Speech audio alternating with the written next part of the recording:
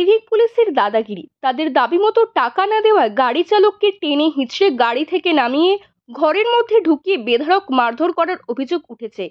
হরিশ্চন্দ্রপুর থানার কর্তব্যরত 3 সিভিক ভলেন্টিয়ার্সের বিরুদ্ধে উঠেছে এমন অভিযোগ। বৃহস্পতিবার বিকেলে ঘটনাটি ঘটেছে রশিদাবাদ গ্রাম পঞ্চায়েতের ভেলাবাড়ি নাকা পয়েন্টে।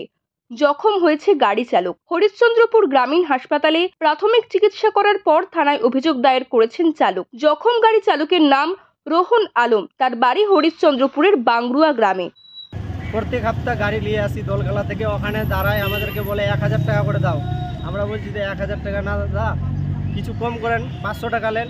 বলছে যে কেন 500 টাকা নিবো, গাড়ি ভরে ভরে গরু নিয়ে যাচ্ছ আর 500 টাকা নিবো, 1000 টাকা লাগবেই। বলছি আমি দিব না 1000 টাকা। ও বলছে যে দিবি না, চলো অফিসে চলো। অফিসে নিয়ে যে আমাদেরকে ওরা তিনজন ছিল, আমাদেরকে মারধর অনেক করেছে। এরকম মার করেছে। 3 জন সিভিক ছিল না? 3 জনও সিভিক ছিল। আক্রান্ত রোহন আলম বলেন, পুলিশের অনুপস্থিতিতে এইভাবে সিভিকরা গাড়ি আটকে জোরপূর্বকভাবে টাকা আদায় করে। বিচার চাই, আমাদের অত্যাচারী অনেক করছে এই সিভিকে অফিসারে। এমনি আমরা কিভাবে চলে খাবো? এই যে দেখেন পুরা জখম করেছে, আমাকে মারধর করেছে। আমি রোজা করে আছি, আমি রোজার মুখে আছি। এই ঘটনায় অভিযুক্ত 3 জন সিভিক ভলেন্টিয়ার্সকে ক্লোজ করে দেওয়া হয়েছে। হরিশ্চন্দ্রপুর থেকে প্রশান্ত কুমার দাসের রিপোর্ট, ওঙ্কার বাংলা।